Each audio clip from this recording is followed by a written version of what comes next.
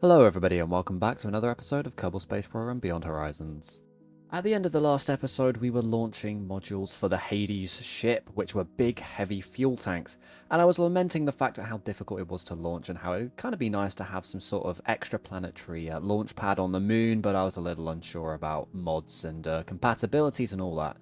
But then a helpful commenter by the name of Anthinator, I hope I'm getting that right, mentioned that Kerbal Constructs does actually let you build your own launch pads wherever you like, and I already have it installed as part of the Kerbin side dependency, so I went and looked into it and I can actually get it to work, so we're going to start building a lunar launch base.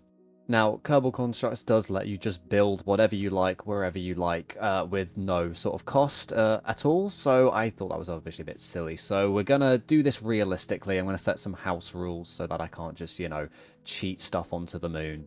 So in the spirit of realism, we are starting this big project with a ScanSat, which is what you're looking at here. The goal of this little probe is to scan the moon for potential locations on the moon that have lots of ore that we can drill out of the ground and turn into cool little rockets and fuel and everything else that we might need. Once we're done with this orbital survey, we will send some astronauts down to the surface to refine our search for a potential spot for the base. Somewhere nice and flat, preferably, so that all of our rockets don't tilt off the launch pad and crash.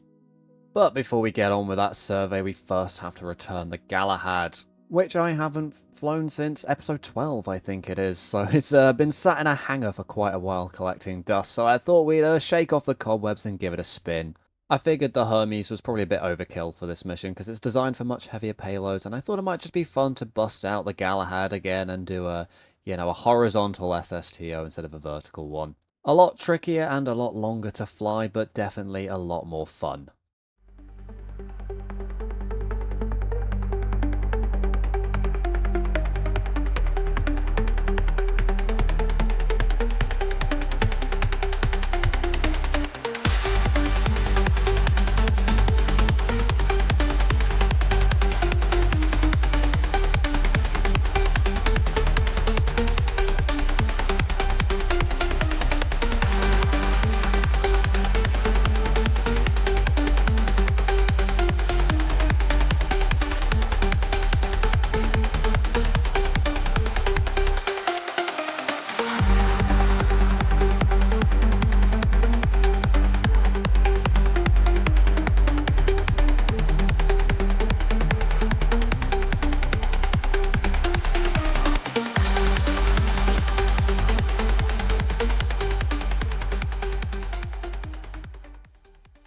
To my absolute amazement, I pretty much came down exactly where I wanted to. I did not overshoot the runway this time.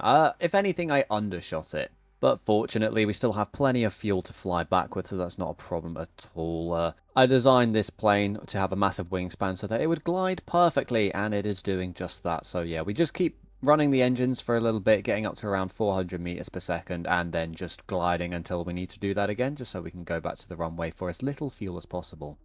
Unfortunately, we are landing after sunset, so it is a bit dark. I've tried to, in-game, adjust the ambient light so that you can at least see something of what's going on. But I'm sorry if you can't actually see anything. Hopefully, my voice is enough to keep you entertained. Now there, I was just very delicately adjusting the fuel balance, because even though we are gliding quite well, we can always glide a little bit better, so by pumping the fuel around, I'm just trying to get the center of lift as close to the center of mass as possible, or well, actually rather the other way around, because you can't really move the center of lift without moving the wings. But of course not messing around with the fuel too much, because last time I flew the Galahad I did that and we stalled and almost crashed the thing, and I think with only 2 kilometers between us and the ground, I don't want to start stalling, because that is definitely how we lose this plane. But luckily nothing like that's happening this time. I managed to get the center of lift and center of mass ratio perfect, and this thing is holding its attitude very nicely, and we're on final approach for the runway.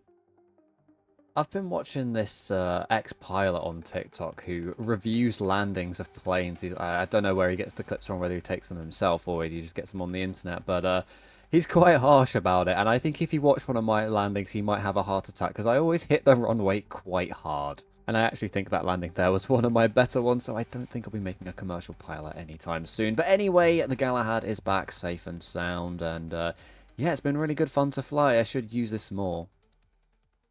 Unfortunately, in my infinite wisdom, I forgot to record the actual transfer of the probe to lunar orbit, but it was pretty run-of-the-mill. There was nothing really to it. We got into a nice polar orbit. I had to toggle the altitudes a little bit just so that the scanners would work efficiently, and we've just picked up all of the ore readings for the moon surface.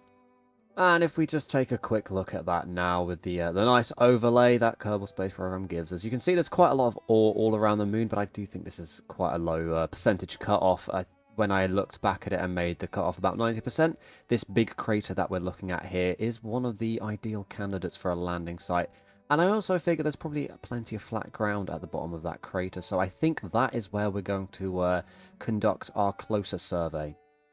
But that's a future mission that will have to wait, because for now we're returning to the Hades ship with all of the external tanks. I decided to just roll this all into one kind of clip, just because every launch was pretty much the same, and unfortunately I didn't really stop to take many cinematics, just because these things were so unwieldy to fly that I kind of had to keep my attention on it. Not just for the ascent, but actually also for the rendezvous as well, because I did try to put lots of RCS ports on each of the fuel tanks, just because I didn't want to be waiting around, but it still wasn't quite enough. They ended up being quite unmaneuverable in orbit. And as you might see in a minute or so, we actually ran out of monopropellant on the third, I think, external fuel tank, and so instead of docking the tank to the main ship, we had to dock the main ship to the tank, which is something that I've had to do before with some of my stations and ships, but I guess it's all relative. It doesn't really matter which way round you do it. Speaking of relative, one of my modules at uni is all about special relativity, and I have to tell you, it is a fascinating module. And I have a friend who doesn't really like relativity because it doesn't make intuitive sense, and when you start talking about the consequences of it, it does sound a bit made up. And we've had some interesting debates that have kind of prompted me to think about, well, how do we know it's true? Like, one of the assumptions of special relativity is that the speed of light in a vacuum is always constant. And you might have heard that before, but how do we actually know that's true? That is a question with many answers, ranging from mathematical deductions to experimental observations, but one that I found most interesting was the detection of muons on the surface of Earth. So, muons are created in Earth's upper atmosphere when cosmic rays kind of interact with the particles there, and they're produced and then they'll head towards the surface of the Earth, I think at around like 90 to 99% speed of light. And it's been found through some experimentation that they have a mean lifespan of 2.2 microseconds before they decay, and that is not very long at all. And I was given a homework problem where we were asked to determine the probability that a muon would make it to the surface of Earth in both a non-relativistic and relativistic framework. So, not accounting for relativity, i.e. no length contraction, the chance that a muon makes it to the surface of Earth is 5.9 times 10 to the minus 12%, so basically 0%. If you consider relativity, which involves length contraction for things travelling at luminal speeds, then that percentage skyrockets to about 1.4%, which doesn't sound like very much, but is a billion times more likely than if there was no relativity. Okay, but we can play around with numbers all day long, but what does the actual experimental data say? Well, apparently about 10,000 muons reach every square meter of the Earth's surface every minute, which means that they are obviously making it through the atmosphere to the surface, which they shouldn't really be able to do if there was no relativity. So maybe Einstein knew what he was doing after all. Anyway, science lesson over, we have finished the construction of the drive section of the Hades. There's two more modules we'll have to add to this ship, one of them being the life support module, and then of course the habitation module, so that the crew have somewhere to stay. We can't really expect them to just cling onto the side of the rocket. Then we'll send up a maintenance mission to strut the thing up and add some fuel lines to the drive section. So yeah, the construction of this is well underway.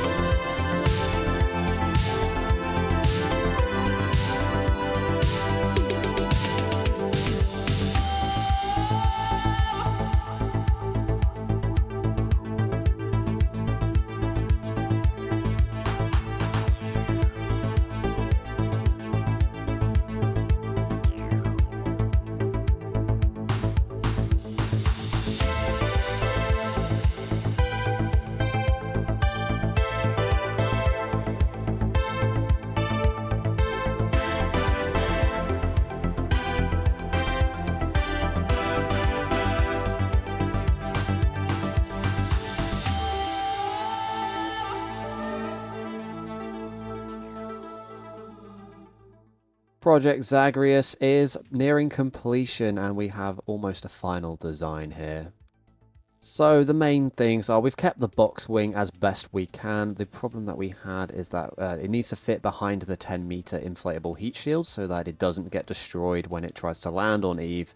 And that has kind of impacted how much wing space we can add on to this thing. So yeah, the box wing does kind of give us a bit more lift, but in Kerbin's atmosphere, it's not quite enough to glide. I'm hoping on Eve, since the atmosphere is much thicker, that it should provide enough lift for gliding.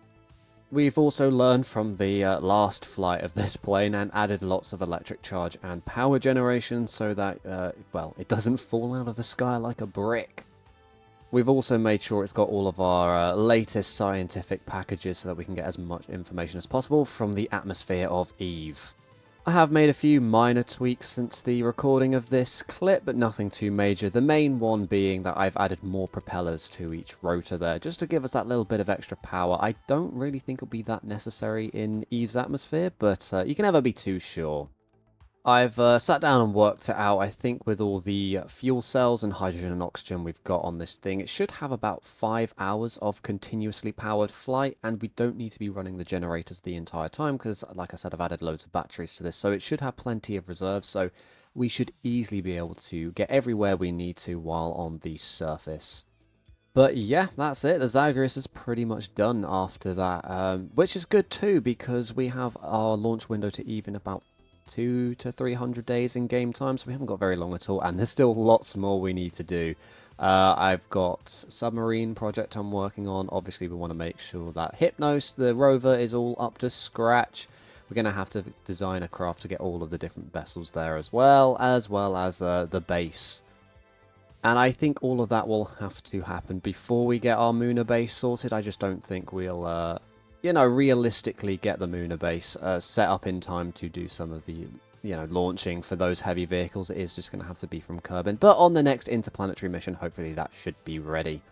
But regardless, for this interplanetary mission, we can tick one more thing off the to-do list as the Zagreus is pretty much done. The rest of that to-do list will have to wait for a future episode, because unfortunately that really is all I've got time for today. Sorry, a much shorter episode than normal. I've just been quite busy and hectic this week, so I haven't really had a lot of time to edit. I had a gig earlier in the week to go see Sleep Token. It was pretty sick, and I've just been swamped with uni work, and now I've got to go make dinner and put up the Christmas tree, because it's the 1st of December. So if you enjoyed this episode, please consider leaving a like and maybe subscribing to the channel, and if you want to catch up with older episodes, you can check out the playlist that this episode is in. But I've been Moonfish1001, and I will see you in the next video.